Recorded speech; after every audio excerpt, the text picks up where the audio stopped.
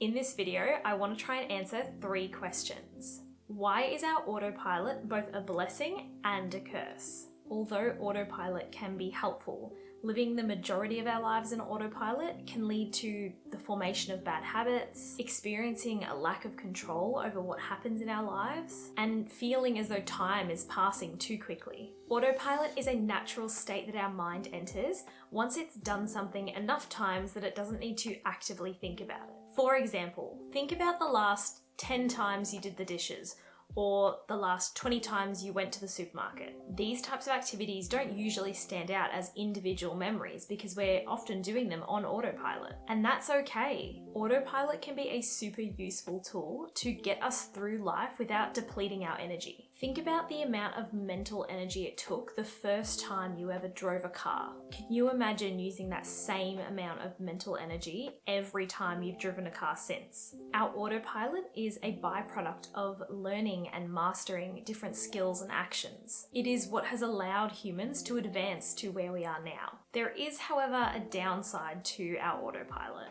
It's not only our skills and actions that our autopilot can control, it's also our thoughts and our emotional reactions. You may notice yourself reacting to the same types of situations in the same way, or that your mind wanders down the same thought patterns again and again. Our mind has created default settings, and the more our brain experiences these same thoughts, feelings, and behaviors in regards to specific situations, the more ingrained our reactions in autopilot will be. So how do you turn off autopilot?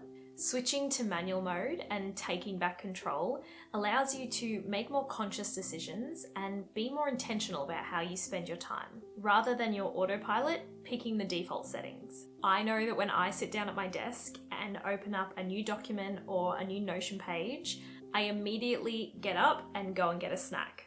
That is my default setting that my autopilot has learned. Anytime I need to do work, my brain tells me that I need a snack first. And it actually takes me more effort not to get up and get a snack because I have to override my autopilot and take back control. But it's important to recognize when we're in autopilot and learn how to turn it off. I recently discovered a simple trick that can make turning off your autopilot a lot easier. You just need to question everything. Asking yourself questions forces your conscious mind to take back over because it's difficult to answer questions on autopilot. Autopilot can only do things that it's done over and over. If there's a decision to be made as to what the right answer is, that's only something your conscious mind can do. If I've noticed I'm running on autopilot, I try to ask questions in a curious, non-judgmental way. The questions that you need to ask will be very specific to your situation, but here's a list of some questions that I've asked myself when I've been running on autopilot. Do I have to do this right now? How could I make this easier? Am I actually too tired, or is it a different emotion I'm feeling? What am I trying to avoid right now? Why is this making me feel so angry or sad? It's okay if the answer to these questions is what you're expecting. Yes, I am really tired. Or yes, I do need to do this thing right now. It's not that you're trying to trip yourself up or find out when your autopilot is making you lie to yourself. But asking these questions allows you to reflect and make a conscious decision in the moment rather than continuing on autopilot and having your decisions made for you.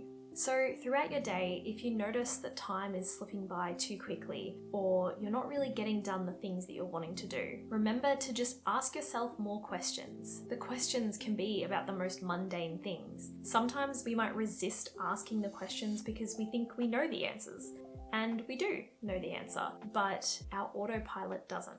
And so if we ask ourselves these questions, it allows us to take back control every once in a while and make some intentional decisions in the present moment. If you liked this video, you might also like my video on the happiness paradox and how introducing novelty into our lives can help rewire our brains. I hope you're having a wonderful day. Thank you so much for watching, and I'll see you guys next time.